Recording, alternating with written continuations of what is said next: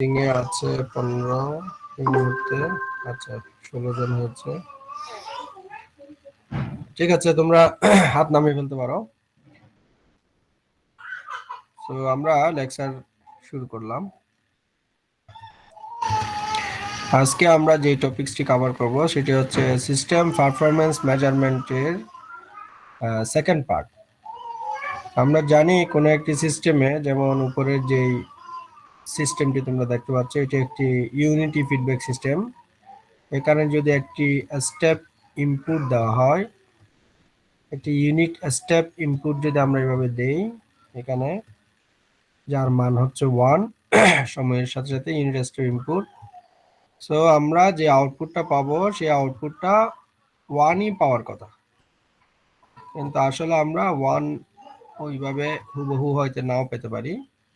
আমরা যে আউটপুটটা অ্যাকচুয়াল যে আউটপুটটা পাই, এটি মনে করো এরকম পেয়েছি। লেটস সে এটি হচ্ছে অ্যাকচুয়াল আউটপুট। তো আমি ইউনিট স্টেপ ইনপুট দিয়েছি, এটা অ্যাকচুয়াল আউটপুট পেয়েছি। এই আউটপুটের আমরা বলেছিলাম দুটো পার্ট।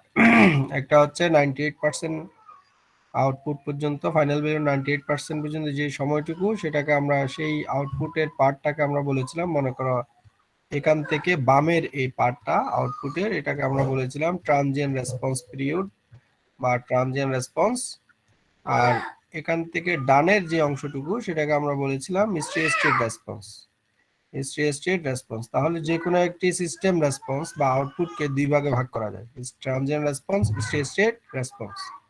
ট্রানজিয়েন্ট রেসপন্স এই পার্টটা আমরা মেজারমেন্ট শিখেছি, যে ফার্স্ট অর্ডার হোক বা সেকেন্ড অর্ডার হোক, ট্রানজিয়েন্ট রেসপন্স মেজার করতে গেলে, কোয়ান্টিফাই করতে গেলে আমাদেরকে time constant, settling time, rise time, তারপরে হচ্ছে তোমার পার্সেন্ট ওভারশুট, তারপরে হচ্ছে পিক টাইম, এই ক্যালকুলেশনগুলো করে আমরা বলতে পারি যে সিস্টেমের ট্রানজিয়েন্ট রেসপন্স কেমন। সিমিলারলি আজকে আমরা যে লেকচারটি দিতে যাচ্ছি সেটি হচ্ছে যে সেকেন্ড পার্ট নিয়ে, একটা সিস্টেম রেসপন্সের যে second part, steady state part, অর্থাৎ যখন আউটপুটটা একটা সেটেলমেন্টে চলে যায়, তখন তার মধ্যে যে ইনপুটের সাথে আউটপুটের কোনো ডিফারেন্স আছে কিনা। যদি ডিফারেন্স থাকে সেটাকে বলা হচ্ছে এরর, স্টেডি স্টেট এরর। এই এররটা কতটুকু, সেটি আমরা কিভাবে মেজার করব, বিভিন্ন রকম সিস্টেমের ক্ষেত্রে এই এররটা মেজারের টেকনিক কেমন হবে, এই জিনিসগুলো আমরা আজকে শিখতে যাচ্ছি এখন এই মুহূর্তে। তাহলে আমাদের আজকের গোল হচ্ছে কিভাবে আমরা স্টেডি স্টেট এরর মেজার করতে পারি বা কোয়ান্টিফাই করতে পারি। বুঝতে পেরেছো?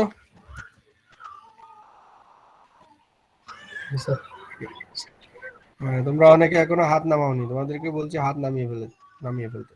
তোমরা ওই যে হাত তুলে রেখেছো, তুলে রেখেছো। আচ্ছা, তাহলে আমরা স্টেডি স্টেট এরর মেজার করতে যাচ্ছি। So steady state error measure করতে গেলে আমরা আজকের লেকচারে কি কি বিষয় দেখব। স্টেডি স্টেট এরর প্রথমে কাকে বলে সেটি দেখব। স্টেডি স্টেট এরর মেজার করার জন্য যে টেস্ট ইনপুটগুলো ইউজ করা হয় সেগুলো কি, সে সম্পর্কে জানবো। যে স্টেডি স্টেট এরর, এটার সোর্স কি, প্রত্যেকে এই স্টেডি স্টেট এরর কেন তৈরি হয় সে বিষয়টি জানবো। তারপরে হচ্ছে আমরা ইউনিটি। আসসালামু আলাইকুম স্যার। ওয়ালাইকুম আসসালাম। স্যার আমরা স্লাইডটা পড়ছি তো স্যার, এটা লাস্ট ক্লাসে পড়েছিলাম। এটা রেকর্ডিং আমি দেখতে পাচ্ছি না, যে আমি তো রেকর্ডিং পাচ্ছি না তোমাদের ক্লাসরুমে গিয়ে, সে কারণে তো এটা আবার শুরু করলাম। এটা কভার করেছি আমরা? জি স্যার। আচ্ছা, ভেরি গুড, তাহলে তার ভালো, আমরা এগিয়ে আছি। কতটুকু কভার করেছি? আচ্ছা, তাহলে আমি রিভিউ দিয়ে যাই যেখানটুকু কভার করেছি। স্লাইড এটা শেষ আমি করছি কুইক, স্যার। ওকে, আমি 5 মিনিটের মধ্যে কুইক করে যাচ্ছি, তাহলে তোমরা যেখানে আমি শেষ করেছি।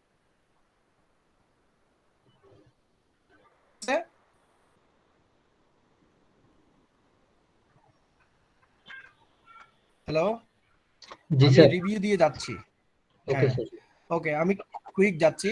যেখানে আমি আগের ক্লাসে শেষ করেছি, তোমরা মনে করো হয়তো এটা রেকর্ড হয়নি, সম্ভবত আমি রেকর্ডিং এ খুঁজে পাইনি সেটা আমাদের ক্লাস লেকচার মানে ক্লাসরুমে। যাই হোক, so source of steady state error, এরপর হচ্ছে আমরা স্টেডি স্টেট এরর ক্যালকুলেট করা শিখবো ইউনিটি ফিডব্যাক সিস্টেমের জন্য, যেটি উপরেরটি, অথবা নন ইউনিটি ফিডব্যাক সিস্টেমের জন্য, যেটা হচ্ছে নিচেরটি, এই যে। সো ইউনিটি ফিডব্যাক সিস্টেম বা নন ইউনিটি ফিডব্যাক সিস্টেমের জন্য যখন আমরা এরর ক্যালকুলেট করব, তখন আমরা হয়তো ওই সিস্টেমের জিএস অথবা টিএস যে কোনোটার উপর বেস করে এই ক্যালকুলেশনটা আমরা করতে পারবো, সেটা আমরা দেখেছি। এরপর আমরা কিছু স্ট্যাটিক এরর কনস্ট্যান্ট এবং সিস্টেম টাইপ, সিস্টেম স্পেসিফিকেশন এবং ডিস্টারবেন্সের জন্য এরর ক্যালকুলেশনটা কিভাবে হবে, এই জিনিসগুলো আমরা এই লেকচারের অংশ ছিল। এরর কাকে বলে? এরর যখন বলতে যাব তখন অবশ্যই একটা বিষয় আগে জানতে হবে, যে সেটা হচ্ছে নরমালি আমরা এরর বলতে বুঝি ইনপুট এবং আউটপুটের যে ডিফারেন্স, সেটাকে বলা হচ্ছে এরর। প্লেন কথা হচ্ছে সেটি। Error means, stated error means input এবং আউটপুটের ডিফারেন্স। বাট এই ইনপুট এবং আউটপুটের ডিফারেন্সটা কখন? যখন আউটপুটটা সেটেল হবে। সেটেল কখন হবে? যখন টাইম টেন্ডস টু ইনফিনিটি হবে। এখন মজার বিষয় হচ্ছে কোন ধরনের ইনপুটের জন্য আমি এই ইনপুট এবং আউটপুটের ডিফারেন্সটা ক্যালকুলেট করে এররটা বের করে সেটা আমি লেভেলিং করব। অর্থাৎ আমি একটা প্রোডাক্ট যখন ম্যানুফ্যাকচারিং করি তখনই আমাকে এররটা লেভেল করে দিতে হবে। তাহলে আমি যে কোনো একটা ইনপুট দিয়েই আউটপুটটা মেজার করে এরর ক্যালকুলেট করে লেভেল করলে হবে না। আমি ম্যানুফ্যাকচারিং এর ক্ষেত্রে লেভেলিং করার জন্য যে টেস্ট ইনপুটগুলো আমরা ইউজ করব সেগুলো তিন প্রকার। একটি হচ্ছে স্টেপ, র্যাম্প এবং প্যারাবোলিক। এই ইনপুটগুলো ইউজ করে আমরা যে এররটা বের করব সেই এররটা আমরা লেভেল করে দিব। তাহলে ওইটার জন্য যে এররটা পাবো, মনে করা হবে অন্যান্য ইনপুট দিলেও ওই কাছাকাছি একটা এরর সিস্টেম থেকে আসবে। তাহলে স্টেটেড এরর মিন্স ইনপুট এবং আউটপুটের ডিফারেন্স উইথ টু কন্ডিশন। একটা হচ্ছে কি for a prescribe input test input and t tends to infinity. তাহলে আশা করি ক্লিয়ার। তারপরে আমরা বিভিন্ন সোর্স অফ এরর গুলো দেখেছি, যে নন লিনিয়ার সোর্সের কারণে এরর হতে পারে, ব্যাকক্ল্যাশ অফ গিয়ার যে হতে পারে, অথবা মোটরের ক্ষেত্রে ট্রান্সফার ভোল্টেজ, এগুলো স্টেটেড এররের জন্য দায়ী। আচ্ছা, এরপরে আমরা টিএস এর উপর বেস করে এই যে একটি নন ইউনিটি ফিডব্যাক সিস্টেম এখানে দেখতে পাচ্ছি আমরা, এখানে দুটো জিনিস আমাদের জানা আছে। যখনই এরকম একটি সিস্টেম দেওয়া থাকে দুটো বিষয় আমাদের জানা থাকে। জিএস এটা আমাদের জানা আছে, টিএস সেটি আমরা এখান থেকে ক্যালকুলেট করতে পারি। কিভাবে? টিএস ইকুয়াল টু হচ্ছে এখানে GS divided by 1 plus GS, এটি হচ্ছে TS. GS HS, HS equal to যেহেতু 1 প্লাস জিএস, এটি হচ্ছে টিএস। তাহলে এরকম একটি নন ইউনিটি ফিডব্যাক সিস্টেমের জন্য আমরা দুটো মান জানি, একটা হচ্ছে টিএস এর মান জানি, আর একটা হচ্ছে জিএস এর মান জানি। সো বেসড অন টিএস আমরা যদি এরর ক্যালকুলেট করি, তাহলে আমাদের ফাইনাল ভ্যালু থিওরেম অনুসারে এরর হচ্ছে limit s tends to 0 as rs 1 minus T S. So এখানে টিএস এর মান জানা আছে, শুধুমাত্র আরএস কোন ধরনের ইনপুটের জন্য আমি এরর ক্যালকুলেট করতেছি সেই আরএস এর মান বসালেই কিন্তু এররটা আমরা ইজিলি ক্যালকুলেট করে ফেলতে পারবো। সিমিলারলি জিএস এর উপর বেস করে যদি আমরা এরর ক্যালকুলেট করি, তাহলে এরর ইকুয়াল টু হচ্ছে কি as rs divided by 1 plus GS. এখানে জিএস এর মান নোন জানা, আরএস এর মান কোন ধরনের ইনপুট সেটি বললে, যে টেস্ট ইনপুট যেহেতু তিন প্রকার, এখানে আরএস এর মান তিনটির যে কোনো একটি হতে পারে।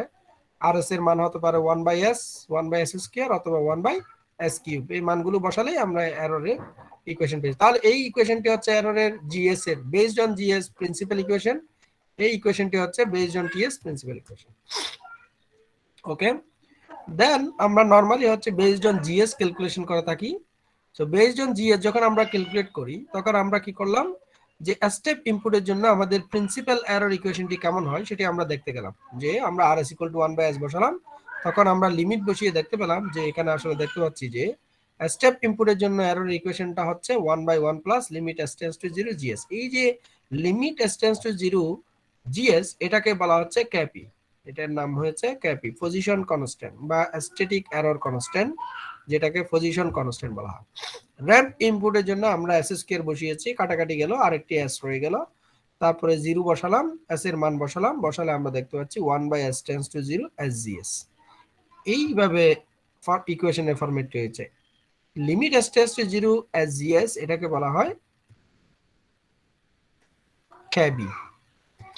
তারপর হচ্ছে প্যারাবোলিক ইনপুটের জন্য, যেখানে rs equal to 1/s cube আমরা যখন বসাই তখন 1/লিমিট s টেন্ডস টু 0 SSKGS, যেটাকে বলা হয় কে।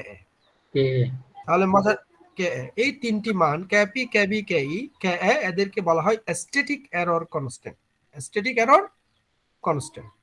আচ্ছা, এখানে আরো একটি কনসেপ্ট বলেছিলাম, মনে করো 1/GS এভাবে আছে, 1/GS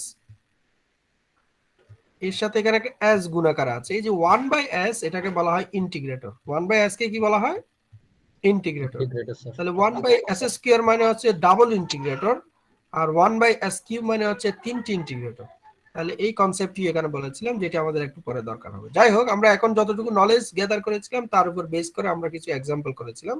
যেমন এই এক্সাম্পলটি দেওয়া আছে, এখানে বলা হচ্ছে যে ইনপুট যদি 5ut অথবা 5tut অথবা 5t² হয়, এখানে 5ut এখান থেকে বোঝা যাচ্ছে এটি একটি স্টেপ ইনপুট, tut এখান থেকে বোঝা যাচ্ছে এটি একটি র্যাম্প ইনপুট, t²ut এখান থেকে বোঝা যাচ্ছে এটি একটি প্যারাবোলিক ইনপুট। এই তিন ধরনের ইনপুটের জন্য যে এই নিচের যেই সিস্টেমটি দেওয়া আছে ফিগারে, তার এরর ক্যালকুলেট করতে বলা হয়েছে।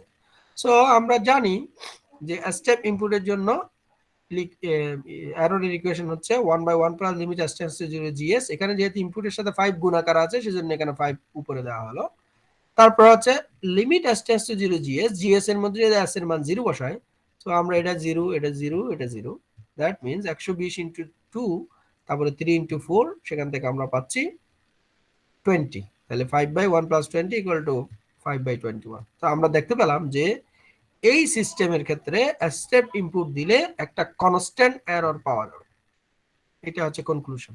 র‍্যাম্প ইনপুট যদি দেই তাহলে কি হবে? 5 by limit s tends to 0 as gs। So limit s tends to 0 as gs, gs এর যাই হোক, gs এর সাথে যেহেতু একটা s গুণাকারে আছে, এখানে যখন লিমিট বসাবো, এই s এর মান 0 বসানোর সাথে সাথেই পুরো রেজাল্টটা 0 হয়ে যাবে। তাহলে 5/0 equal to infinity, that means ramp ইনপুটের জন্য এই সিস্টেমের এরর হচ্ছে ইনফিনিটি। সিমিলারলি প্যারাবোলিক ইনপুটের জন্য উপরে একটা SSK চলে আসবে, যার কারণে লিমিট বসালে 0 আসবে, something divided by 0 equal to infinity. So ramp ইনপুটের জন্য ইনফিনিটি। এখান থেকে একটা কনক্লুশন হচ্ছে এই, আমরা যে এখানে যে আমাদের যে বেস যে সিস্টেম, বেস সিস্টেমের ক্ষেত্রে আমরা দেখতে পাচ্ছি এখানে কোনো ইন্টিগ্রেটর নেই। এখানে কোনো ইন্টিগ্রেটর আছে বেস সিস্টেমে? না স্যার। নেই। ইন্টিগ্রেটর না থাকায়, যদি কোনো ইন্টিগ্রেটর না থাকে অর্থাৎ s⁴ হয়, তাহলে আমরা বুঝতে পারলাম যে শুধুমাত্র স্টেপ ইনপুটের জন্য কনস্ট্যান্ট এরর পাওয়া যাবে, আর বাকি ইনপুটের জন্য ইনফিনিটি এরর পাওয়া যাবে। কথা ক্লিয়ার? জি স্যার। এবার যদি এখানে একটি ইন্টিগ্রেটর আমরা অ্যাড করে দিই এই সিস্টেমের মধ্যে, তারপর যদি এরর ক্যালকুলেট করি, তখন দেখা যাবে একটি ইন্টিগ্রেটর থাকার কারণে এরর, যে এররটি কনস্ট্যান্ট ছিল সেই এররটি কি হয়ে যাবে? 0 হয়ে যাবে। 0 হয়ে ক্লিয়ার? যাবে স্যার। জি স্যার। হ্যাঁ, যে এররটি কনস্ট্যান্ট ছিল, ইন্টিগ্রেটর অ্যাড করার কারণে সেই এররটি 0 হয়ে যাবে। এর পরের এররটি কনস্ট্যান্ট হয়ে যাবে, কনস্ট্যান্ট হবে। এর পরের এররটি ইনফিনিটি থাকবে। ইনফিনিটি থাকবে। এখানে যদি আমি আরো একটি ইন্টিগ্রেটর বাড়িয়ে দিই, মানে s² করে দিই, তাহলে কি হবে? আগের স্টেপ দুটো 0 এররই 0 র‍্যাম্প হয়ে হয়ে যাবে, যাবে। পরেরটি কনস্ট্যান্ট হয়ে যাবে। কথা কনস্ট্যান্ট ক্লিয়ার? হয়ে যাবে। জি স্যার। ওকে, তার মানে এগুলো তোমরা ভালোভাবে করেছো, রেকর্ডিংটা হয়তো দিয়ে মিস হয়েছে কোথাও। যাই হোক, বুঝতে পারলাম। তাহলে আমরা আবার এই জিনিসটা কভার করলাম। এই এক্সাম্পলটা আমরা এখান থেকে শেষ। তাহলে এখানে আমরা যেটি বলেছিলাম যে limit s tends to 0 gs, এটাকে ক্যাপি বলা হয়, এটাকে ক্যাবি বলা হয়, এটাকে ক্যাএ বলা হয়। এই তিনটিকে যেহেতু ইউনিট স্টেপ ইনপুটটাকে কনস্ট্যান্ট পজিশনের সাথে তুলনা করা হয়, সেজন্য ক্যাপিকে পজিশন কনস্ট্যান্ট বলা হয়। যেহেতু র‍্যাম্প ইনপুটকে কনস্ট্যান্ট ভেলোসিটির সাথে তুলনা করা হয়, সেজন্য এটাকে ভেলোসিটি কনস্ট্যান্ট বলা হয়। যেহেতু প্যারাবোলিককে অ্যাক্সিলারেশন সাথে তুলনা করা হয়, সেজন্য এটাকে অ্যাক্সিলারেশন কনস্ট্যান্ট কে বলা হয়। এই তিনটি কনস্ট্যান্টকে একসাথে স্ট্যাটিক এরর কনস্ট্যান্ট বলা হয়। এবং এখান থেকে আমরা সিস্টেম টাইপ বের করতে পারি। সিস্টেম টাইপ কি? যদি কোনো একটি সিস্টেমে কোনো ইন্টিগ্রেটর না থাকে, তাহলে ওই সিস্টেমকে বলা হবে কোন ধরনের সিস্টেম? Type 0 sir. টাইপ 0। আর একটি ইন্টিগ্রেটর থাকলে তাকে বলা হবে টাইপ 1 সিস্টেম। টাইপ 1। দুটো ইন্টিগ্রেটর থাকলে তাকে বলা হবে টাইপ 2 সিস্টেম। কথা ক্লিয়ার? জি স্যার। ওকে, তো সেক্ষেত্রে আমরা এখান থেকে আরো একটি एग्जांपल স্ট্যাটিক এরর কনস্ট্যান্ট, যে এখানে এই एग्जांपलটি হচ্ছে যে আগে স্ট্যাটিক এরর কনস্ট্যান্ট ক্যালকুলেট করবা, তারপরে হচ্ছে এরর ক্যালকুলেট করবা। সিম্পল, একই যে বিষয়। জিএস এর মান যেহেতু দেওয়া আছে, আমরা নরমালি আগে ক্যাপি ক্যালকুলেট করতে পারি অথবা সরাসরি এররও ক্যালকুলেট করতে পারি। আমরা এমনি দেখে এরর ক্যালকুলেট না করেও আমরা এখানে বলতে পারবো প্রথম যে সিস্টেম, প্রথম সিস্টেমের ক্ষেত্রে স্টেপ ইনপুটের জন্য কনস্ট্যান্ট এরর পাওয়া যাবে, রাইট? জি স্যার। যেহেতু এখানে কোনো ইন্টিগ্রেটর নেই। পরের র‍্যাম্প এবং প্যারাবোলিকের জন্য ইনফিনিটি এরর পাওয়া যাবে, ঠিক কি না? জি। তোমরা দেখো এই যে এটি হচ্ছে স্টেপ ইনপুটের জন্য আমরা কনস্ট্যান্ট এরর পেয়েছি, বাকি দুটি ইনপুটের জন্য আমরা কি পেয়েছি, ইনফিনিটি এরর পেয়েছি। সিমিলারলি এই যে ক্যাপ এর মান এখানে ক্যালকুলেশন করে দেখানো হয়েছে, কে বি কে এর মান ক্যালকুলেট করে দেখা হয়েছে। তো ইনফিনিটি এরর হওয়া মানে হচ্ছে কে বি এবং কে এর মান কি হওয়া, জিরো হওয়া, রাইট?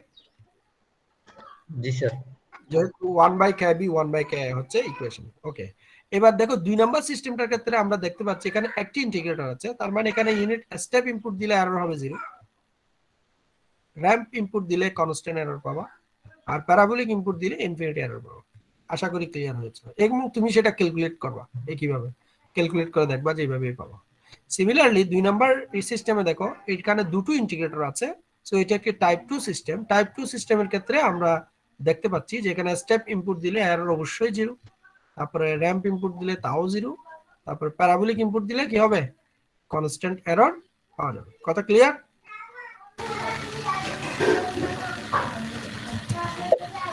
বুঝতে পেরেছো কিনা? হ্যালো, জি স্যার, বুঝছি স্যার। ওকে, ভেরি গুড।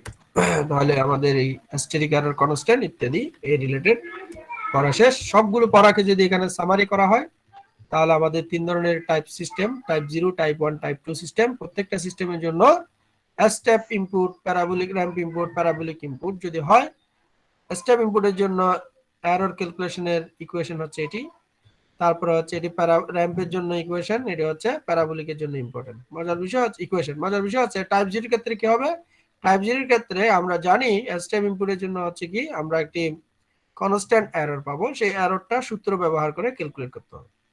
বাকিগুলোর জন্য আমরা এরর ইনফিনিটি পাবো। সো এরর ইনফিনিটি পাওয়া মানে হচ্ছে স্ট্যাটিক এরর কনস্ট্যান্টের মান 0, আর এরর কনস্ট্যান্ট পাওয়া মানে হচ্ছে যে ক্যাপ এর মান কনস্ট্যান্ট। শেষ।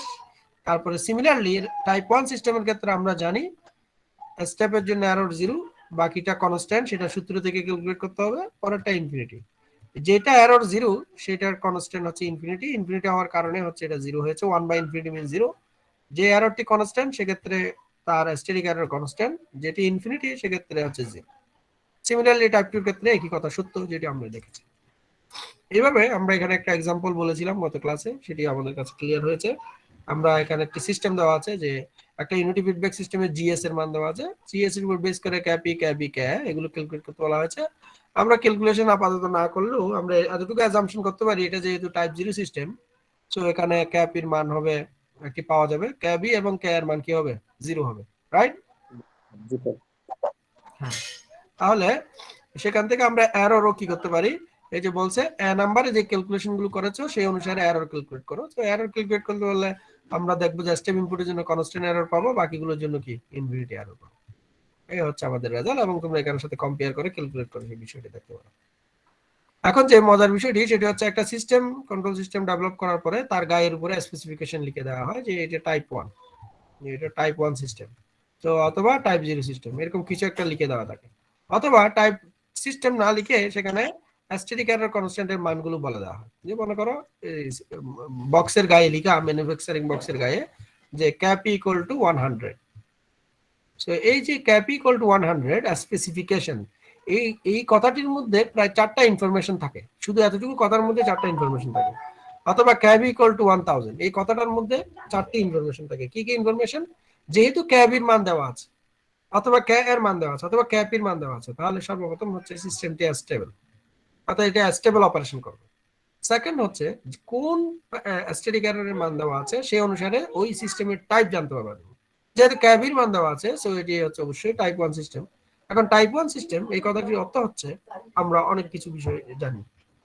টাইপ 1 সিস্টেম বলা মিন্স আমরা সাথে সাথে বলতে পারি যে এই সিস্টেমে ক্যাবির মান কনস্ট্যান্ট, এবং এই র‍্যাম্প ইনপুটের জন্য হচ্ছে একটা কনস্ট্যান্ট এরর পাওয়া যাবে, আর বাকি ইনপুট গুলোর জন্য একটার জন্য 0, একটার জন্য ইনফিনিটি এরর পাওয়া যাবে, রাইট? তারপরে সেম কথা আমরা 3 নম্বরে এসে বলতে পারি যে এখানে র‍্যাম্প ইনপুট দিলে আমরা এরর পাবো, সেই এররটা আমরা ওই কোন সূত্র দিয়ে ইউজ করব, 1/kb সূত্র ইউজ করে ক্যালকুলেট করতে পারবো। এই 4টি ইনফরমেশন আমাদের কাছে নরমালি আমরা কি পেয়ে যাই। মানে একটা এরর কনস্ট্যান্ট যখন দেওয়া থাকবে, স্ট্যাটিক এরর কনস্ট্যান্ট, সেখান থেকে এই ইনফরমেশন গুলো চলে আসবে। তাহলে আমরা স্পেসিফিকেশন থেকে জিনিসটা জানি। এরপর আমরা যে হ্যাঁ, স্যার এই কেপি বা কেভি এর মধ্যে যদি দেওয়া থাকে সিস্টেমটাতে স্টেবল, এটা স্যার মানে কিভাবে বুঝতে পারবো স্যার? মানে বুঝি নাই। ক্যালকুলেট এই কেভির মান দেওয়া থাকলে বা কেপির মান দেওয়া থাকলে আমি কিভাবে বুঝবো যে সিস্টেমটা স্টেবল? যদি সিস্টেমটা স্টেবল অপারেশন না করে, খেয়াল করো, জি একটু বিষয় খেয়াল করো। এই যে এখানে এটি মনে করো একটি সিস্টেমের রেসপন্স। এই যে মনে করো এটা হচ্ছে আমাদের ইনপুট, আর মনে করো আমি এরকম একটা স্টেপ ইনপুট দিলাম, তাহলে আউটপুটটা মনে করো এরকম পাচ্ছি। কিরকম আমি এখন ড্র করতেছি, আমাদের আউটপুটটা হচ্ছে লেটস সে এইভাবে। সরি,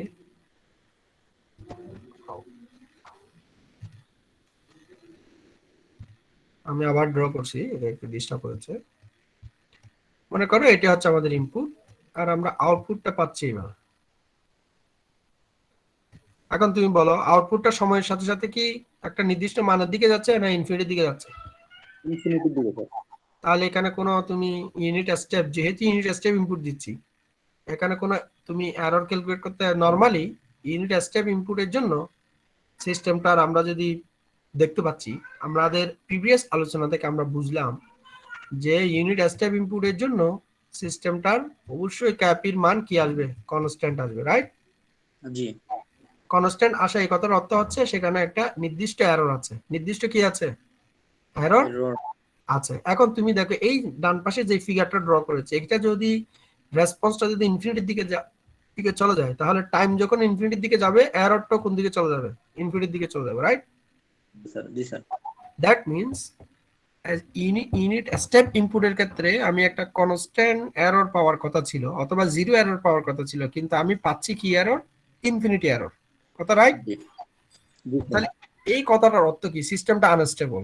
এইটি যে কথা গ্রাফ থেকে যে এই যে আনস্টেবল বললাম, এটা যেমন কথা। আর আমি যদি ক্যাপির মান কনস্ট্যান্ট না পাই একটা স্টেপ ইনপুটের জন্য টাইপ 0 সিস্টেমের ক্ষেত্রে, ক্যাপির মান যদি আমি কনস্ট্যান্ট না পাই, ঠিক আছে, জি তার স্যার। মানে একইভাবে সিস্টেমটা আনছে। অর্থাৎ ক্যাপির যদি আমি একটি মান, নির্দিষ্ট মান দিতে না পারি, অথবা স্ট্যাটিক এরর কনস্ট্যান্ট, এটাকে যদি আমি জেনারেলাইজ করি কথাটাকে, যে কোনো একটা স্ট্যাটিক এরর কনস্ট্যান্টের মান যদি কোনো সিস্টেমের জন্য পাওয়া না যায়, দ্যাট মিনস ওই সিস্টেমটি কি?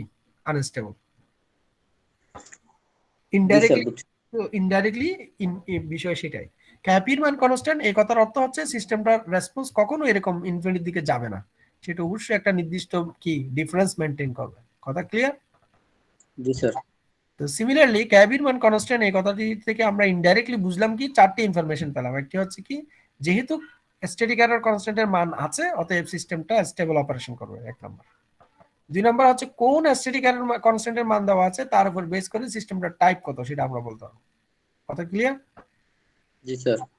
তারপর হচ্ছে কোন ধরনের র্যাম্প টেস্ট ইনপুট ইউজ করব, সেটা আমরা যেহেতু টাইপ বের করতে পেরেছি, অতএব আমরা র্যাম্প ইনপুটের জন্য কি, র্যাম্প ইনপুটকে টেস্ট সিগন্যাল হিসেবে ইউজ করব।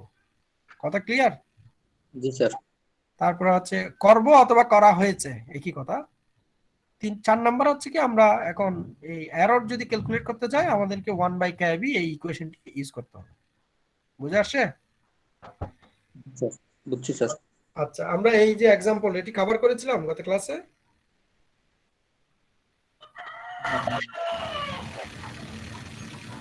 এটা করছিলাম বাট স্যার আমি স্যার এটা স্যার একটু লাস্ট সমস্যা। পেজ পর্যন্ত পড়েছেন স্যার, লাস্ট স্লাইড পেজ শেষ বলতে করাইছিলেন স্যার। এই পর্যন্ত। ওই জি পর্যন্ত, জি এর কতগুলো আছে না স্যার লাস্ট পেজে, একদম লাস্ট পেজ। এই স্যার এগুলো পড়াইছেন স্যার, এগুলো সব পড়া ফেলছেন স্যার। ওকে ওকে ওকে, তাহলে আমরা আজকে একটা লেকচার, আচ্ছা লস হয়নি, তোমাদের একটু রিভিউ হয়েছে আর কি, ঠিক আছে? লস হয়েছে বলা যাবে না। এখন অনেকেই যারা ক্লিয়ার ছিল না ক্লিয়ার হতে পেরেছে তো, রাইট? জি স্যার। আচ্ছা, আমরা এখান থেকে শেষ করে দিচ্ছি এটা কুইকলি।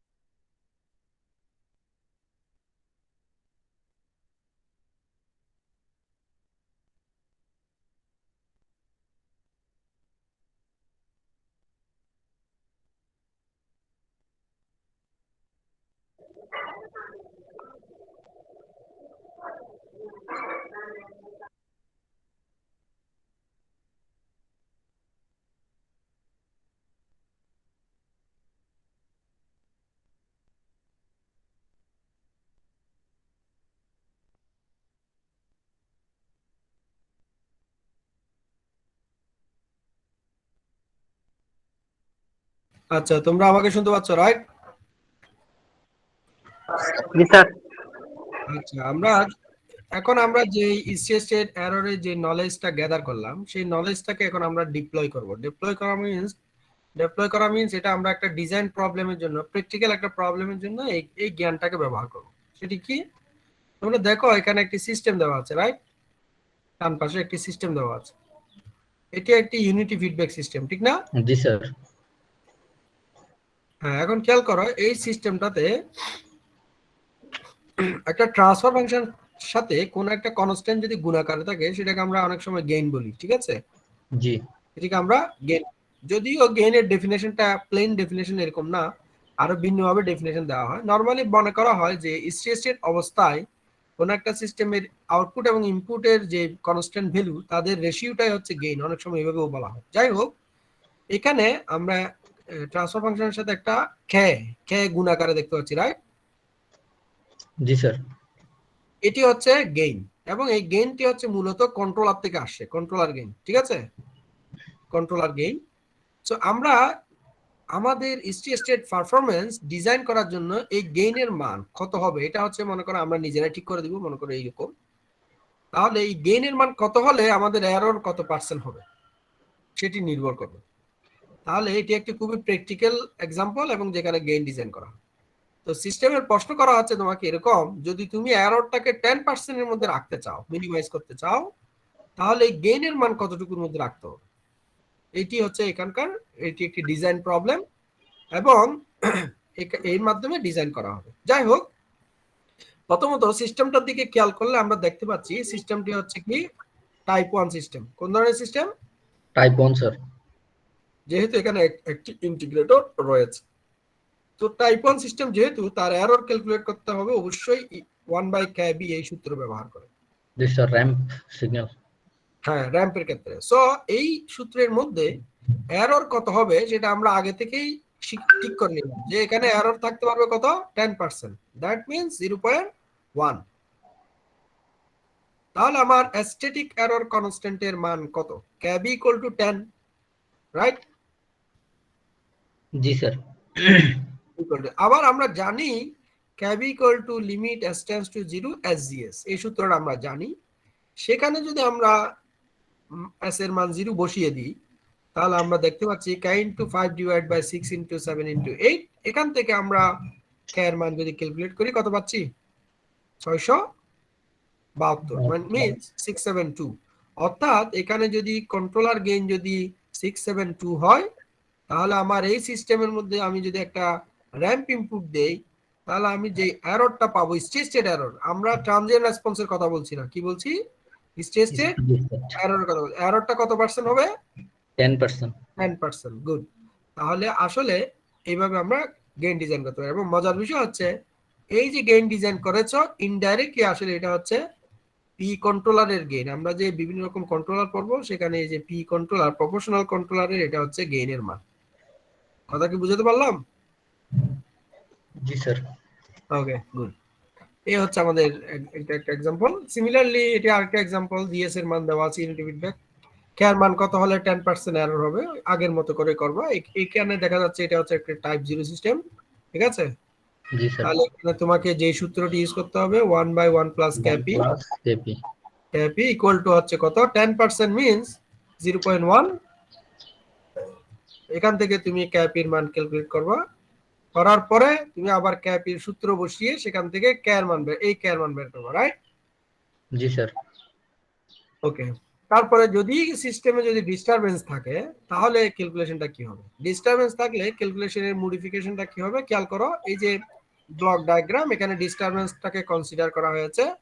cs = আমরা যদি এখানে ইকুয়েশন লিখি তাহলে আমরা দেখতে পাচ্ছি এখানে এরর সিগন্যাল যেটি, এই এরর সিগন্যালটা g1 এর সাথে গুণ হয়ে এখানে আসবে এসে ডিস্টারবেন্সের সাথে কি হবে, অ্যাড হবে। যোগ হবে, যোগ হয়ে জি2 এর সাথে কি হবে, গুণ হবে। তাহলে জি2 এর সাথে টোটাল জিনিসটা গুণ হবে, that means E into G one তার সাথে জি2 গুণ হবে প্লাস ডি ইন্টু জি2। এটাই হচ্ছে আমাদের কি টোটাল আউটপুট, রাইট? ক্লিয়ার কিনা? এই টোটাল জি আউটপুট স্যার। এটাই। আবার আমরা দেখতে পাচ্ছি যে এরর ইকুয়াল টু হচ্ছে ইনপুট মানে এই এরর ইকুয়াল টু হচ্ছে আমার input minus output, RS minus something ES, RS minus CS. তো সেখান থেকে আমরা সিএস ইকুয়াল টু কি পাচ্ছি, ইনপুট মাইনাস এরর। বুঝছো কিনা?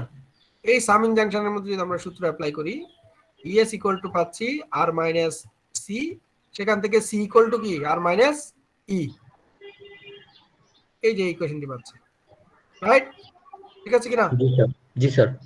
আচ্ছা, এখন সেখানে যদি আমরা ওই যে সিএস এর মান বসিয়ে দিয়ে যদি ইএস এর মানটা বের করি, তাহলে ইএস ইকুয়াল টু আমরা এই প্রিন্সিপাল ইকুয়েশনটা পাচ্ছি। এটা হচ্ছে আমাদের এরর ইকুয়েশন। এখন মজার বিষয় হচ্ছে এই ইকুয়েশনটা যদি তোমরা ক্লোজলি একটু কি করো, ইনভেস্টিগেট করো, অ্যানালাইসিস করো, তাহলে এখানে দেখতে পাচ্ছি আমরা এরর ইকুয়াল টু ইনপুটের জন্য এরর প্রথম টার্মটি, দ্বিতীয় টার্মটি হচ্ছে ডিস্টারবেন্সের জন্য এরর। বিষয়টা কি বুঝতে পারলাম? জি স্যার। তাহলে আমরা এখানে এররের কয়টি টার্ম পেলাম? দুটি টার্ম। যখন ডিস্টারবেন্স অ্যাড হবে তখন দুটো টার্ম পেলাম। একটি হচ্ছে আমরা এতক্ষণ ধরে ইউনিটি ফিডব্যাক সিস্টেমের ক্ষেত্রে যেখানে ডিস্টারবেন্স নেই এরকম সিস্টেমের ক্ষেত্রে আমরা শুধু ইনপুটের জন্য এরর ক্যালকুলেট করেছি। যখনই ডিস্টারবেন্স চলে আসলো তখন আমরা দেখতে পেলাম যে ডিস্টারবেন্সের কারণে ইনপুটের জন্য একটা এরর টার্ম পাচ্ছি, আবার ডিস্টারবেন্সের জন্য একটা এরর টার্ম পাচ্ছি। তো এই বিষয়টি আমাদেরকে এভাবে মাথায় রাখতে হবে। আশা করি বুঝতে পেরেছো। তাহলে আমরা যদি কোনো একটি এরর ক্যালকুলেট করি তাহলে সেক্ষেত্রে আমরা দুটো টার্ম পাচ্ছি, একটা হচ্ছে এরর ফর ইনপুট টার্ম আর এরর ফর ডিস্টারবেন্স টার্ম। তো ডিস্টারবেন্স কিরকম আমাকে বলে দিলে যে এটা কি নয়েজ, এটা কি গসিয়ান নয়েজ ডিস্টারবেন্স, না স্টেপ ডিস্টারবেন্স, না র্যাম্প ডিস্টারবেন্স ইত্যাদি বলে দিলে আমরা এই ইকুয়েশন ব্যবহার করে ডিস্টারবেন্স এরর ক্যালকুলেট করব। আর আমাদেরকে ইনপুট বলে দিলে এই ইকুয়েশন ইউজ করে আমরা ইনপুট ক্যালকুলেট করব, এরর ক্যালকুলেট করব। সেই দুটো এররকে যদি আমরা যোগ করি, সামেশন করি, তাহলে হচ্ছে আমাদের টোটাল এররটি পাওয়া যাবে। ওকে, দিস ইজ মানে extra information. Last extra information হচ্ছে যে নন ইউনিটি ফিডব্যাক সিস্টেম। ডিস্টারবেন্স তো গেল, ডিস্টারবেন্স নিয়ে এক্সাম্পল এখানে আছে। এখন সিস্টেম যদি নন ইউনিটি হয় তাহলে তাকে আমরা যে সূত্রগুলো শিখেছি সেগুলো ব্যবহার করে কিভাবে করা যাবে, সেক্ষেত্রে আমরা এই যে এই মানে টেকনিকটা শিখিয়েছিলাম। একটা নন ইউনিটি ফিডব্যাক সিস্টেমকে কিভাবে ইউনিটি ফিডব্যাক সিস্টেমে কি করা যায়, কনভার্ট করা যায়, এটা আমরা এখানে দেখিয়েছিলাম। তো টু বি কুইক, আমি এখানে তোমাদেরকে জাস্ট এতটুকু দেখাচ্ছি যে নন ইউনিটিকে ইউনিটি করার জন্য এই যে দেখো জিএস এবং এইচএস, এই ফিগারটি খেয়াল করো উপরের এই পাশের এটি। এখানে যদি আমি ফিডব্যাকের মধ্যে যদি দুটো প্যারালাল লাইন অ্যাড করি, একটা -1 আর একটা হচ্ছে +1, যদি আমি অ্যাড করি তাহলে এই দুটো প্যারালাল লাইন আসলে একটা আরেকটাকে কি করে দেয়, বেনিশ করে দেয়, রাইট? Cancel out. জি স্যার। ক্যান্সেল আউটের মধ্যে আমি নিচের লাইনটি রেখে দিলাম আর এইগুলোকে আমি সবগুলাকে কি করে ফেললাম, একসাথে করে ফেললাম। তাহলে এগুলোকে যদি আমি সবগুলোকে একসাথে করি, প্রথমে এইখানে সিম্পলিফাইড করলাম, যোগ করলাম, তারপরে সেখান থেকে এখানে ফিডব্যাক সিস্টেমে এখানে কমিয়ে নিলাম, তাহলে আমার এখন এই যে সর্বশেষ যে সিস্টেমটি এটি একটি ইউনিটি ফিডব্যাক সিস্টেম, রাইট? জি স্যার। তাহলে এটা হচ্ছে equivalent GS of unity feedback system, equivalent GS of unity feedback system for a non unity feedback system. বুঝতে পেরেছো? কোন একটি নন ইউনিটি ফিডব্যাক সিস্টেমের ইকুইভ্যালেন্ট ইউনিটি ফিডব্যাক সিস্টেমের জিএস হচ্ছে এই পুরো টার্মটা। ওকে, জি স্যার। তাহলে আমরা এখন আগের সব সূত্র ইউজ করতে পারবো। যেমন এখানে একটা एग्जांपल দেওয়া আছে, এটা একটি নন ইউনিটি ফিডব্যাক সিস্টেম।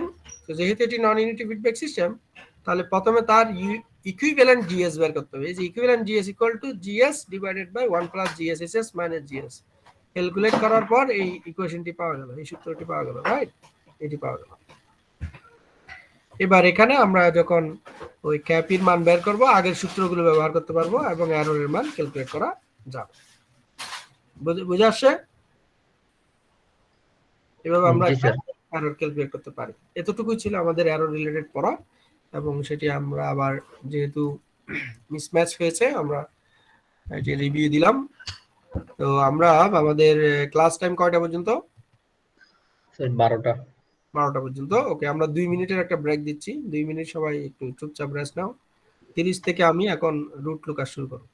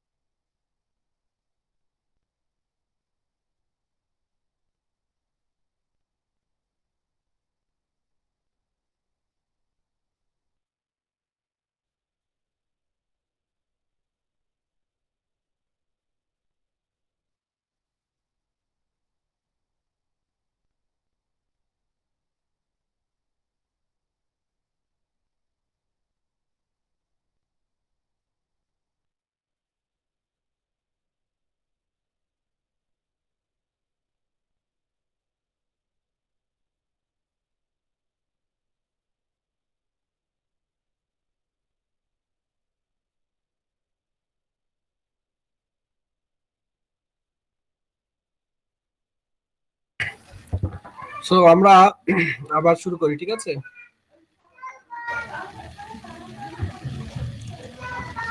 হ্যালো, শুনতে পাচ্ছ?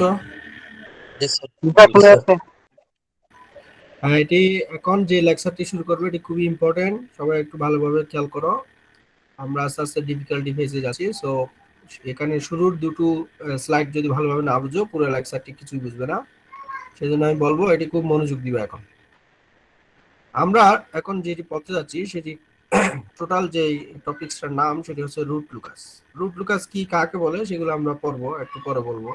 কিন্তু সেগুলো বলার আগে আমাদেরকে কিছু বিষয় একটু রিভিউ দিতে হবে। প্রথমত হচ্ছে যে ওপেন লুপ ট্রান্সফার ফাংশন কাকে বলে, feedback transfer function, close loop transfer function, gain কাকে বলে। তো আমি এই কথাগুলো বিভিন্ন সময় বলেছি, তারপরে এই লেকচারের শুরুতে এই বিষয়গুলো আসে, সেই জন্য যেহেতু বলেছি বিভিন্ন সময় সেই জন্য সংক্ষেপে বলবো।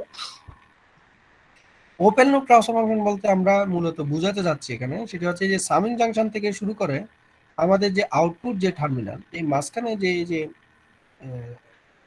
মানে ডট রেড ডটেড লাইন দিয়ে যে এলাকাটি দেখানো হয়েছে, মূলত এটাকে বোঝানো হচ্ছে ওপেন লুপ ট্রান্সফার ফাংশন। বিষয়টা ক্লিয়ার হলো সবার কাছে? জি স্যার। আচ্ছা, আর ফিডব্যাক ট্রান্সফার ফাংশন তোমরা বুঝতেই পারছো যে আমরা যদি আউটপুট লাইনটাকে যদি কোনো কারণে ইনপুটের ইনপুটের ওখানে এনে কম্পেয়ার করার জন্য নিয়ে আসি, সেই লাইনটা হচ্ছে ফিডব্যাক লাইন। সেই ফিডব্যাক লাইনের মধ্যে যদি কোনো ট্রান্সফার ফাংশন থাকে সেটি হচ্ছে কি ফিডব্যাক ট্রান্সফার ফাংশন। আর ক্লোজ লুপ ট্রান্সফার ফাংশন বলতে আমরা বোঝাতে চাচ্ছি যে সিস্টেমটার ইনপুট থেকে শুরু করে আউটপুট পর্যন্ত এর মাঝখানে যা কিছু আছে সবকিছুকে ব্লক রিডাকশন টেকনিক অ্যাপ্লাই করে একটা ট্রান্সফার ফাংশনের মাধ্যমে প্রকাশ করাটাই হচ্ছে কি close loop transfer function. Okay, জি স্যার। সো এক্ষেত্রে আমরা দেখতে পাচ্ছি close loop transfer function means GS divided by 1 plus GS SS, এটাই হচ্ছে আমাদের ক্লোজ লুপ ট্রান্সফার। আশা করি ক্লিয়ার। আর গেইন কি সেটা তো আমরা বলেছি, গেইন হচ্ছে ট্রান্সফার ফাংশনের সাথে কোনো একটি টার্ম যদি গুণাকারে থাকে, যেমন KGS, এই Kটা হচ্ছে gain, this is the gain. Gain is a constant term, এটা একটি কনস্ট্যান্ট টার্ম, এর সাথে অন্য কিছু থাকে না। আচ্ছা, তাহলে আমরা এই বিষয়গুলো এখন ক্লিয়ার হলাম। ওকে, কিন্তু নরমালি একটা সিস্টেম কিন্তু এরকম এত সিম্পল থাকে না। একটা সিস্টেম অনেকগুলো মাল্টিপল ব্লকের মাধ্যমে হয়। তো তার মধ্যে তুমি কিভাবে অ্যাকচুয়েট করবা, দেখো কিভাবে বুঝবা, খেয়াল করো। আমরা এগুলো প্রথম দিনে ব্যাখ্যা করেছিলাম। তো এই যে সামিং জাংশনের পর থেকে এই যে আউটপুট পর্যন্ত এর মাঝখানে যা আছে সব কিছুকে মনে করো আমি সিম্পলিফাইড করে এই যে GS বলেছি, ঠিক আছে? জি স্যার। এর ভিতরে অনেক কিছু থাকতে পারে, কন্ট্রোলারের ট্রান্সফার ফাংশন থাকতে পারে, আমাদের যে প্ল্যান যেটাকে আমরা কন্ট্রোল করব সেই প্ল্যান বা প্রসেসের ট্রান্সফার ফাংশন, ইভেন ডিস্টারবেন্স থাকতে পারে, সবকিছুকে মিলে GS। আচ্ছা, যাই হোক, আশা করি বুঝতে পেরেছো। এখন যে কনসেপ্টটি বলবো সেটি হচ্ছে কি open loop poles and close loop poles. এই দুটো কনসেপ্ট খুবই খুবই ইম্পর্টেন্ট রুট লুকাস বোঝার জন্য।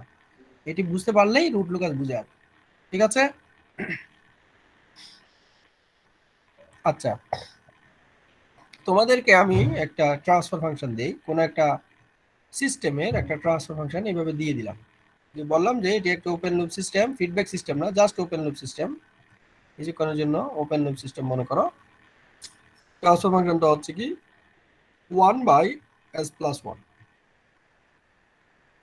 তাহলে তোমাদেরকে যদি আমি এখন প্রশ্ন করি যে এই সিস্টেমের পোলস কত, তোমরা কি বলবা?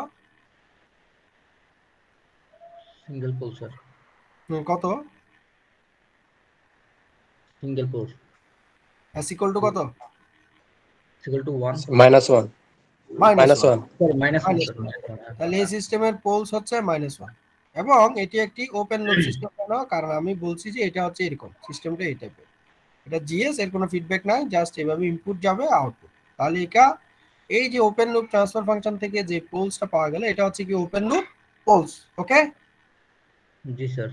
আচ্ছা, এখন দেখো আমি আমি এখানে একটা ফিডব্যাক অ্যাড করতেছি। ফিডব্যাক অ্যাড করা মানে এখানে প্লাস, এখানে মাইনাস দিলাম, তারপরে এখান থেকে আমি আউটপুটটাকে নিয়ে এসে এখানে দিয়ে দিলাম। এটা কোন ধরনের ফিডব্যাক, ইউনিটি ফিডব্যাক না non unity feedback? Unity feedback sir unity. Unity feedback. এখন তোমাকে যদি প্রশ্ন করি যে এই যে ইউনিটি ফিডব্যাক সিস্টেম, এই সিস্টেমের ওপেন লুপ পোলস কত?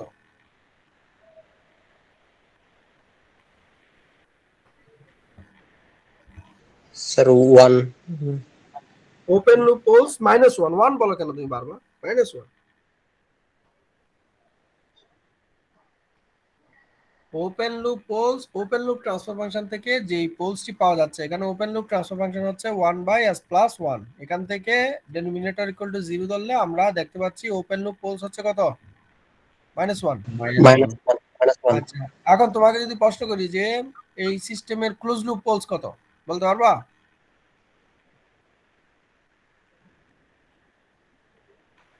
ক্লোজ লুপ পোলস কত বললে তোমাকে আগে ক্লোজ লুপ ট্রান্সফার ফাংশন বের করতে হবে, রাইট?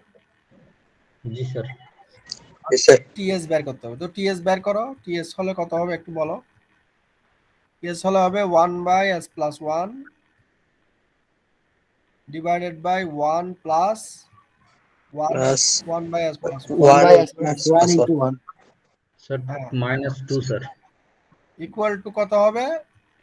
আমরা যদি s+1 নিচ থেকে কমন নিই, উপরে হবে s+1 +1, মানে এখানে হবে s+2, +2 স্যার। জি স্যার। আর S minus s+1 কাটাকাটি যাবে, উপরে থাকবে 1, রাইট? 1। জি স্যার। তাহলে ক্লোজ লুপ পোলস কত? -2। s ইকুয়াল টু কত? -2। আচ্ছা, আমি পুরো সিস্টেমটার মধ্যে শুধুমাত্র একটা জিনিস চেঞ্জ করব, এখন সামান্য একটা বিষয় চেঞ্জ করব, এরপরে তোমাকে এদেরকে সেম কোয়েশ্চেন করব, তখন তোমাদের আনসারটা কেমন হবে। আমরা এই যে উপরে যে ওয়ান, এটাকে ওয়ান না বলে এটাকে আমরা কি বললাম, কে বললাম। কত বললাম? K. কে বললাম। এখন তোমাকে যদি আমি আগের দুটো প্রশ্নের প্রথম প্রশ্নটা আবার করি, যে এই সিস্টেমের ওপেন লুপ পোলস কত?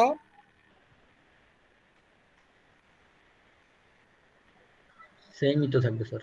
সেমই থাকবে, ভেরি গুড। অর্থাৎ আমি যে ওয়ান কে কে করেছি, এতে ওপেন লুপ পোলস এর কোনো সমস্যা হয়নি, ওপেন লুপ পোলস যেমন আছে তেমন আছে, রাইট? জি স্যার। এখন তোমাকে যদি প্রশ্ন করি যে ক্লোজ লুপ পোলস কত, তাহলে তোমার আনসার কি হবে? সেটাও সেম। সেম থাকবে। স্যার একটু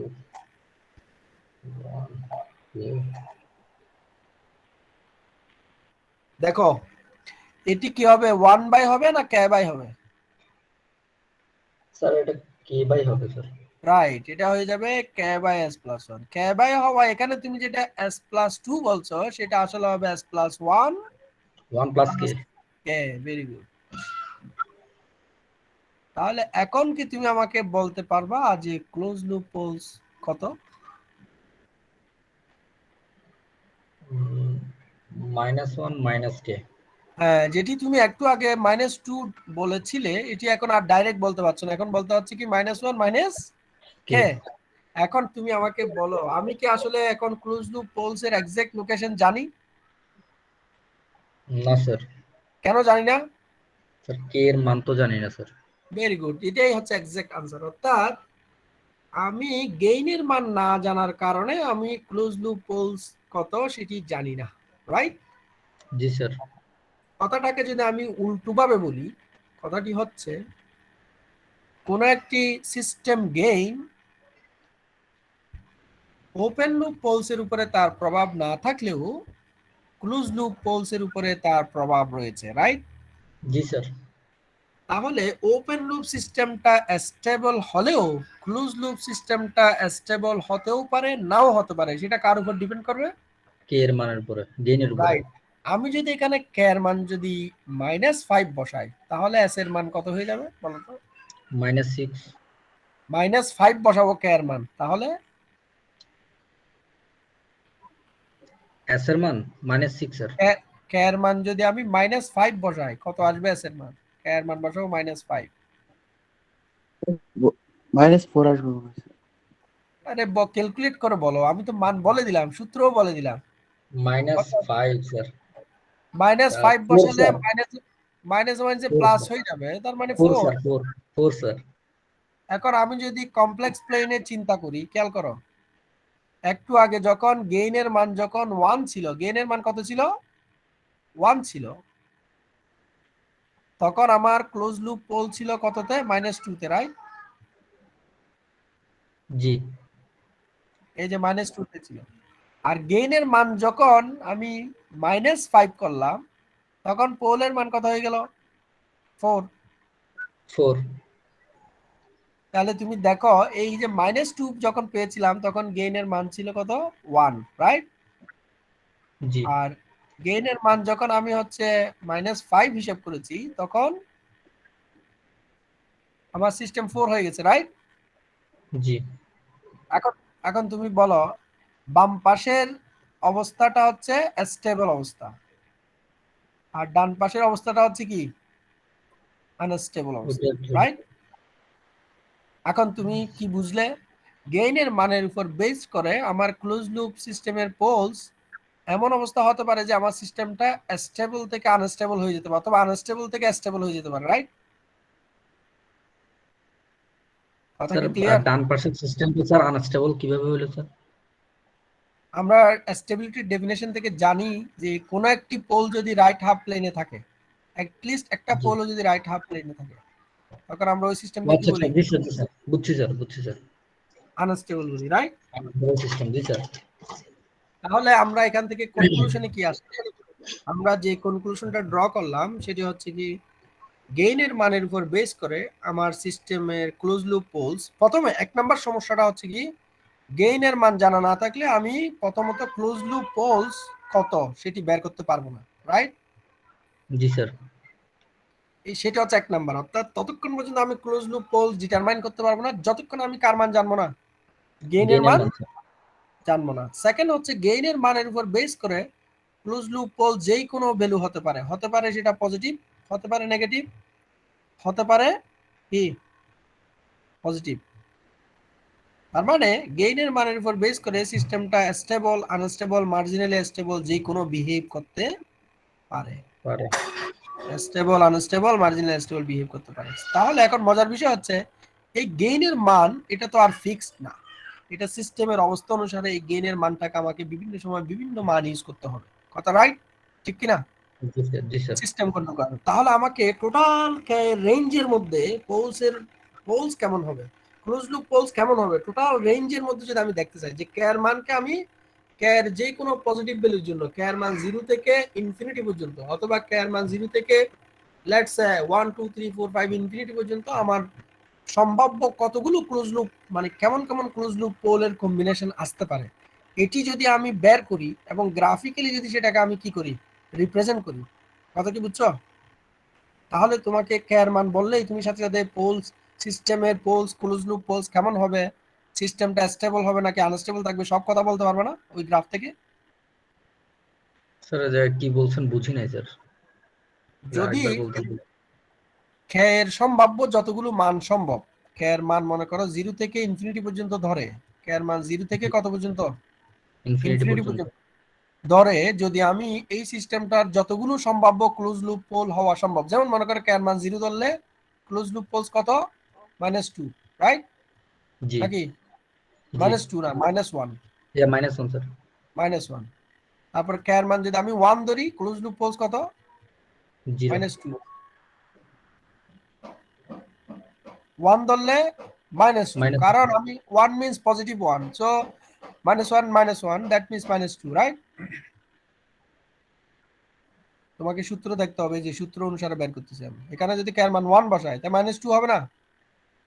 জি জি হ্যাঁ, -2 তাহলে কেয়ার মান যদি আমি এখন 2 বসাই তাহলে কি হবে, -3 হবে, রাইট? জি। এভাবে যদি আমি 4 বসাই তাহলে -5 হবে, রাইট?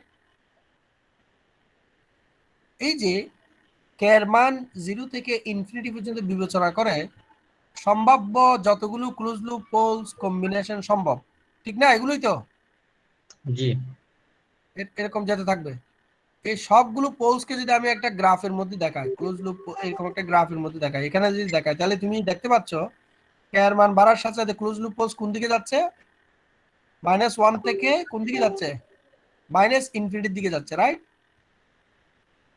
জি এর মান বাড়ার সাথে সাথে পোল কোন দিকে যাচ্ছে, এদিকে যাচ্ছে না? জি, ইনফিনিটির দিকে স্যার। তাহলে এই যে আমি একটা এখানে ব্লু লাইন ড্র করলাম, এটাই হচ্ছে আমার ক্লোজ লুপ পোলস এর কি লাইন। এর উপরে ক্লোজ লুপ পোলস থাকবে যদি এর মান কি 0 থেকে ইনফিনিটির মধ্যে হয়। কথা ক্লিয়ার? Clear sir. তাহলে এটা এখান থেকে আমরা গ্রাফ থেকে এখন বলে দিতে পারবো যে সম্ভাব্য ক্লোজ লুপ পোলস এর মানের উপর, গেইনের মানের উপর বেস করে কোন দিকে কোথায় যাবে, সিস্টেমটা স্টেবল হবে না আনস্টেবল হবে, সব বলে দিতে পারবো কিনা? পারবো এরকম স্যার। একটি গ্রাফকে রুট লুকাস বলে। এরকম একটি গ্রাফকে কি বলে? Root locus. হ্যাঁ, এখন আশা করি সবকিছু। এখন আমি তোমাদেরকে ফর্মাল ডেফিনেশন দিচ্ছি রুট লুকাসের। রুট লুকাসের কি ডেফিনেশন দিব? Formal definition. ফর্মাল ডেফিনেশন কি? ফর্মাল ডেফিনেশন হচ্ছে একদম ভেরি সিম্পল। আমরা এখান থেকে দিই, বুঝছিলাম তো, এখান থেকে ওইখানে বলি। রুট লুকাস কাকে বলে? রুট লুকাস হচ্ছে 1 নাম্বার, রুট লুকাস হচ্ছে গ্রাফিক্যাল রিপ্রেজেন্টেশন। কি representation? Graphical representation of close loop poles. কোন ধরনের poles? Closed loop pole. Close loop. তাহলে graphical representation of close loop poles when, যখন কে বেরিস, কে মানে হচ্ছে গেইন, গেইন কি করা হয়, গেইনকে বেরি করা হয়, কে বেরিস। ওকে, অর্থাৎ কোন একটি সিস্টেমের কের মান চেঞ্জ করে যতগুলো সম্ভাব্য ক্লোজ লুপ পোল হওয়া সম্ভব তাদের গ্রাফিক্যাল রিপ্রেজেন্টেশনকে কি বলা হয়? Root locus. তাদের রুট লুকাস বলা হয়। ওকে, এখন আমরা একটা ফিজিক্যাল এক্সাম্পল করি, তাহলে জিনিসটা আরো ক্লিয়ার হবে। যেমন এটি একটি হচ্ছে যে রাডারের, একটি স্যাটেলাইট রাডারের ক্যামেরার পজিশনিং সিস্টেম। এই যে সিস্টেমটা এখানে দেখতে পাচ্ছ, ওই রাডারের ক্যামেরার যে সেন্সর এবং তার মোটর এবং ক্যামেরার যে পজিশনিং সিস্টেম, সেটার হচ্ছে একটা ব্লক ডায়াগ্রাম, কন্ট্রোল সিস্টেমের ব্লক ডায়াগ্রাম। এখানে একটা ইনপুট আছে, সেখানে বলা হবে যে সাবজেক্টের পজিশনটা ইনপুট হিসেবে যাবে, আর সেই অনুসারে ক্যামেরার পজিশনটা হবে। অর্থাৎ সাবজেক্ট দেখতে পেলে, ডিটেক্ট করলে, সেন্সর যদি সাবজেক্ট ডিটেক্ট করে, ক্যামেরাটা ওই সাবজেক্টের দিকে হয়ে যাবে যাতে ছবি তুলতে পারে। কথা কি বুঝছো? জি স্যার। হ্যাঁ, তাহলে এটা ইনপুট দিলা সেন্সর, এখানে এটা হচ্ছে কন্ট্রোলার, এটা একটা প্রপোর্শনাল কন্ট্রোলার।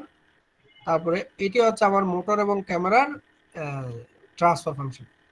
বুঝে আসছে? System transfer function.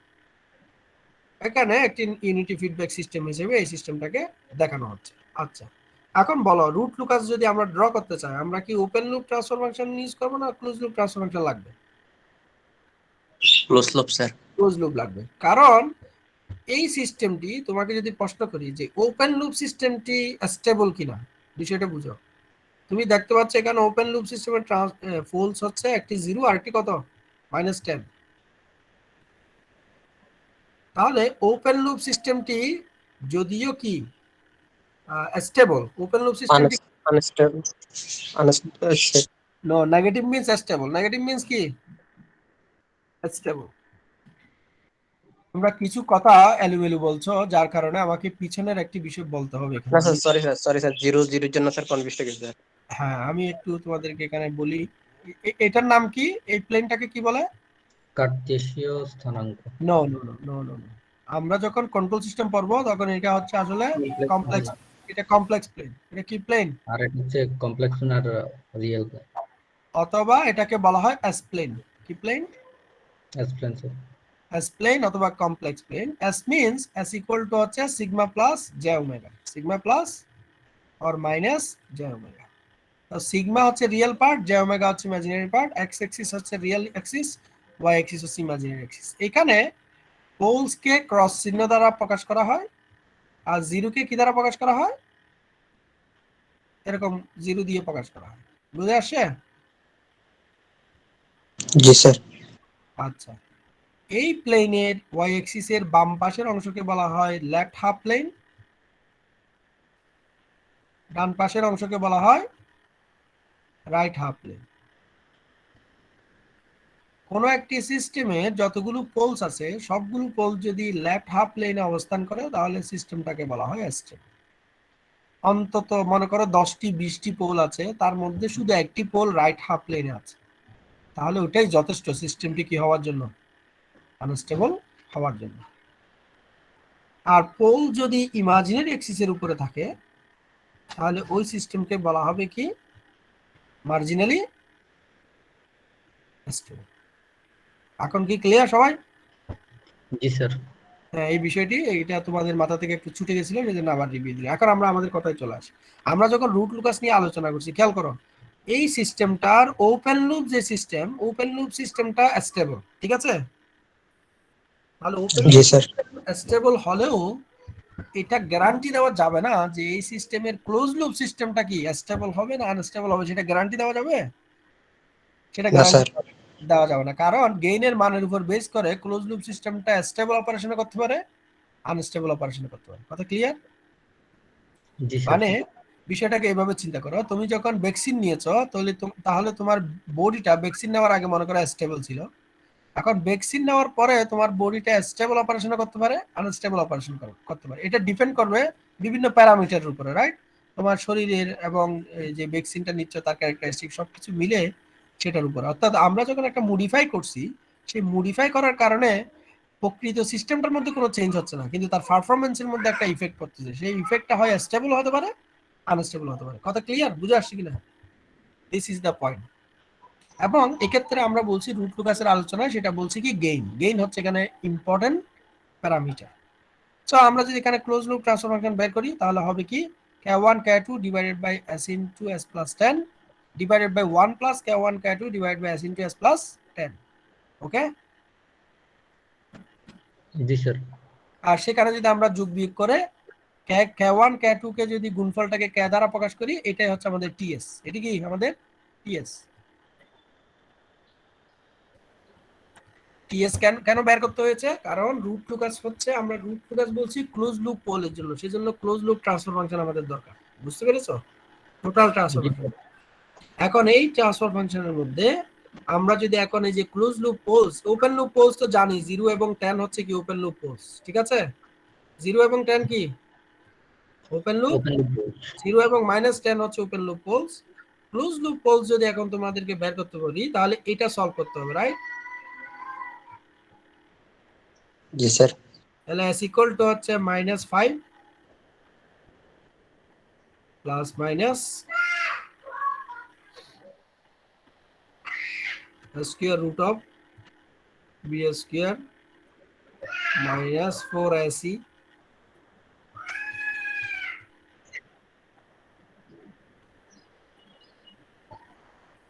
বুঝে আসছে? আমি এখানে 10 কে 2 দ্বারা ভাগ করে দিয়েছি, সেজন্য 5 লিখেছি।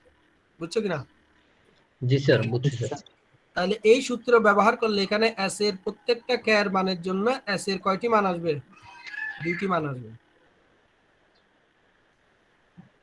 প্রত্যেকটা k এর ভ্যালুর জন্য s এর কয়টি মান আসবে? 2টি মান আসবে। প্রথম কথা হচ্ছে যতক্ষণ k এর মান জানি না ততক্ষণ s এর মান বের করতে পারবো না। এখন k এর সম্ভাব্য যতগুলো মান আছে প্রত্যেকটা মানের জন্য s এর 2টি করে মান আসবে। সেগুলোকেই বলা হবে কি ক্লোজ লুপ পোলস, রাইট? জি জি স্যার। এবং সেই ক্লোজ লুপ পোলস এর উপরেই নির্ভর করবে আমার ক্লোজ লুপ সিস্টেমটা স্টেবল না আনস্টেবল। এখন আমরা একটা ট্যাবলের মধ্যে k এর বিভিন্ন মানের জন্য s এর মানগুলো ক্যালকুলেট করি। মনে করো এই সূত্র ব্যবহার করে k এর মান যদি 0 হয়, তাহলে আমরা দেখি যে পোলের মান কত হয়। খেয়াল করো, k এর মান এখানে 0 বসাও, 0 বসালে এটা 0 হয়ে যাবে। 100 কে স্কয়ার রুট করলে হবে 10, 10 কে 2 দ্বারা ভাগ করলে হবে 5, তাহলে -5 এর সাথে একবার +5 যোগ করলে একটা পোলস হবে 0, -5 এর সাথে -5 যোগ করলে একটা পোল হবে কত? -10। কথা ক্লিয়ার? জি স্যার। তাহলে k এর মান যখন 0, তখন আসলে আমরা যে দুটো পোলস পেয়েছি এগুলো হচ্ছে ওপেন লুপ পোলস, ঠিক আছে কিনা দেখো। জি স্যার। তার মানে আমাদের ক্লোজ লুপ পোলস স্টার্ট হবে ওপেন লুপ পোলস থেকে। আমি কি ভুল বললাম? না স্যার। হ্যাঁ, এই দেখো k এর মান যখন আমরা 0 নিলাম তখন আসলে একটা পেয়েছি -10, একটা পেয়েছি 0, এগুলো হচ্ছে আমাদের ওপেন লুপ পোলস। এবং এগুলো k এর মান 0 হলে এরাই হবে কি ক্লোজ লুপ পোলস, অর্থাৎ কোনো গেইন ইউজ না করলে।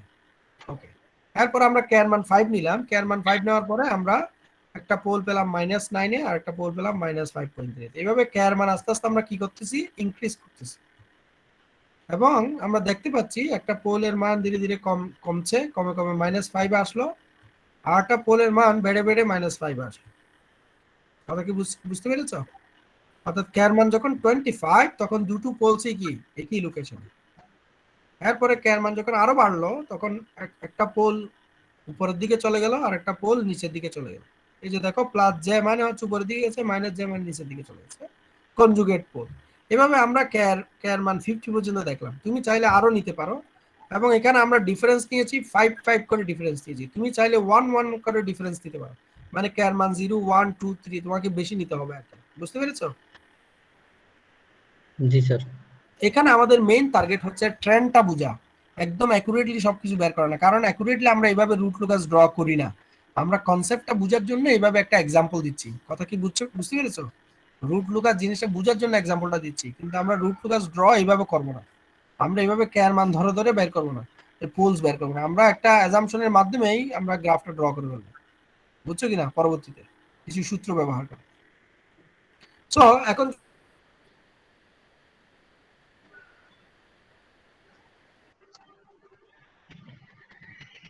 পোলস হচ্ছে 0-তে, এই যে 0-তে আরেকটি পোলস, তখন আরেকটি পোলস কোথায়? -10, রাইট? একটু রেসপন্স করতে হবে যাতে আমরা লেকচারটা দ্রুত শেষ করতে পারি। জি স্যার। তাহলে আমরা 0 এবং -10 কখন পাচ্ছি? যখন k এর মান কত? 0। বুঝে আসছে? জি স্যার। যখন k এর মান 0, একটা পোলস পেয়েছি 0-তে আর একটা পোলস পেয়েছি -10। যখন k এর মান হচ্ছে 5, এই যে 5, এই 5, একটা পোলস পেয়েছি -0 পয়েন্ট সামথিং আর একটা পোল পেয়েছি -9 পয়েন্ট সামথিং। বুঝতে পেরেছো?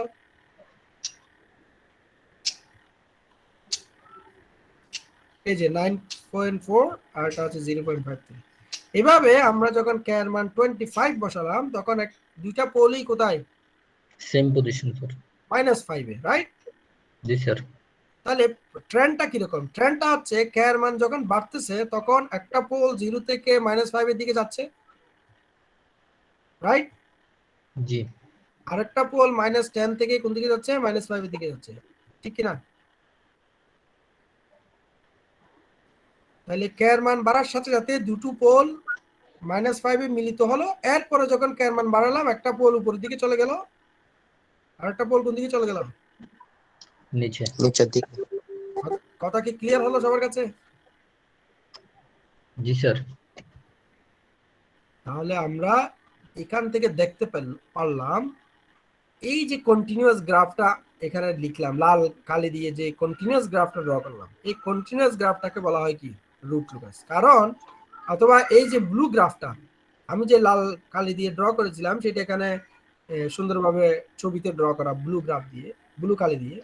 তোমরা দেখো এই যে রুট, এই যে ব্লু গ্রাফটা শুরু হয়েছে 0 থেকে এবং থেকে -10 থেকে শেষ হয়েছে কোথায়? উপরের দিকে ইনফিনিটির দিকে চলে গেছে, এদিকে নিচের দিকে ইনফিনিটির দিকে চলে গেছে। এই কন্টিনিউয়াস লাইনটাকে বলা হয় কি? Root locus, right? জি স্যার। কথা কি? রুট লুকাস বুঝছি কেন স্যার। বলা হচ্ছে? কারণ রুট লুকাস বলা হচ্ছে এই কারণে যে এই গ্রাফের উপরে কে এর মানের জন্য যেই কোনো ক্লোজ লুপ পোলস এই গ্রাফের উপর অবস্থান করে। তুমি যে কোনো একটা কে এর মান বলো, দেখবা যে তার ক্লোজ লুপ পোলস এই যে ব্লু লাইনের উপরে কোথাও না কোথাও সেটা আছে। মনে করো লেটস সে তুমি বললা স্যার কে এর মান 10, তাহলে ক্লোজ লুপ পোলস এই গ্রাফের উপরে আছে নাকি নেই? আছে স্যার। আছে। তুমি বললা কে এর মান স্যার 40, তাহলে ক্লোজ লুপ পোলস এই গ্রাফের উপরে আছে নাকি নেই? আছে স্যার। তার মানে কে এর মানের উপর কে এর মান ভেরি করলে, দেখো আমরা ডেফিনেশনটা কি বলেছিলাম? Graphical representation of close loop poles when k varies। Varies. তাহলে কে এর মান চেঞ্জ করলে কে এর সম্ভাব্য যতগুলো মান সেইগুলোর জন্য যা ক্লোজ লুপ পোল হওয়া সম্ভব সবগুলো এই গ্রাফের মধ্যে আছে, রাইট? স্যার জি রেঞ্জটা কি স্যার। স্যার ওপেন লুপের কি এটা হবে স্যার? ওপেন লুপ কি? মানে স্যার রেঞ্জ যেটা হবে রেঞ্জ 0 থেকে 10 পর্যন্ত স্যার, ওটা ওপেন লুপের বলা না স্যার? না না না, ওপেন লুপ পোলস হচ্ছে শুধু দুটো, একটা 0 আর একটা -10। একটা 10। স্যার রেঞ্জটা কি 0 থেকে 10 হচ্ছে মানে ওপেন লুপের পোলসগুলোর মধ্যে রেঞ্জ না স্যার এটা? আর রেঞ্জ হচ্ছে কে এর মান, কে হচ্ছে এখানে ইম্পর্টেন্ট।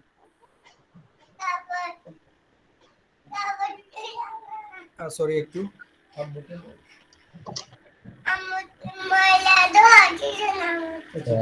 স্যার স্যার আমাদের এখন একটা ক্লাস শুরু হয়েছে স্যার 12টা থেকে। আচ্ছা আমি শেষ করে দিচ্ছি আমার কাজ শেষ, আমি এতটুকু আজকে পড়াবো, কিন্তু যে কথাটি বলেছি সেটা একটু ক্লোজ করে দিতে হবে তাহলে, ঠিক আছে? 2 মিনিট।